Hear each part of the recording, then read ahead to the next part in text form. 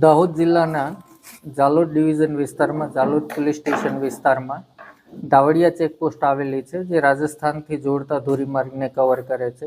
આ ચેકપોસ્ટ પર કાલે ડીવાયએસપી શ્રી પટેલનાઓની ટીમ સાથે પીઆઈ ખાંટ અને એમના પીએસઆઈઓ જ્યારે વાહન ચેકિંગમાં હતા ત્યારે એક ટ્રક શંકાસ્પદ હાલતમાં ઊભો રખાવતા એની પાસેથી જે ટ્રાન્સપોર્ટનું ચલણ હતું એ ખોટું જણાઈ આવતા એ ટ્રકની તપાસ કરવામાં આવી.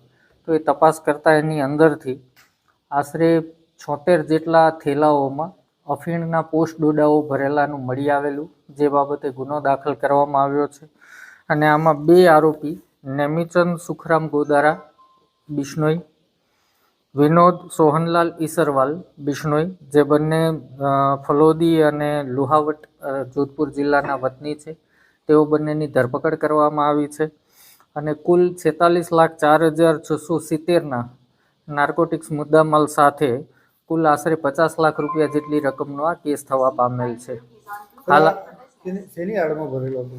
હા, આ જે જીપ્સમ હોય છે, જીપ્સમની ગુણીઓ હોય એની આડમાં ભરેલું હતું, જેથી ખોલતા જીપ્સમ દેખાય પણ અંદર ખોલીને જોઈએ તો ખબર પડે કે આમાં અફીણના પોસ્ટ ડોડા ભરેલા છે. આ નશીલો પદાર્થ ભરવા માટે જે ગાડી નીકળી હતી એ લોહાવટથી નીકળી હતી, રાજસ્થાનથી, અને એમપી મંદસૌર અને પ્રતાપગઢની વચ્ચેથી આ લોકોએ આ મુદ્દામાલ ભરેલો હતો અને ગુજરાતના માર્ગે થઈ ફરીથી આ મુદ્દામાલ ત્યાં લોહાવટ એમનો જે મેઇન માલિક છે એને સોંપવાનું આ હતું.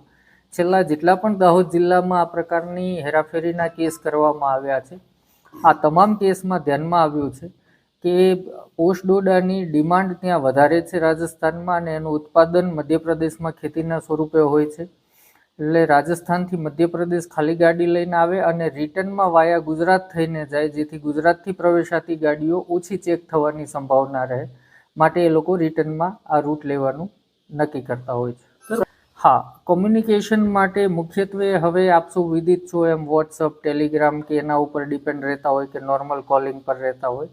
આ ગુનામાં ઝુંગી નામની એક નવી મોબાઈલ એપ્લિકેશન છે, જે વોટ્સઅપની જેમ જ પિયર ટુ પિયર કમ્યુનિકેશન માટે વપરાય છે. એ એપ્લિકેશનનો ઉપયોગ કર્યો હતો અને આ એપ્લિકેશનમાં તેઓએ જે આઈડી બનાવ્યા હતા એ રાજસ્થાનના પ્રતિષ્ઠિત રાજકીય વ્યક્તિઓના નામના આઈડી બનાવીને આ લોકો આ કમ્યુનિકેશન કરતા હતા.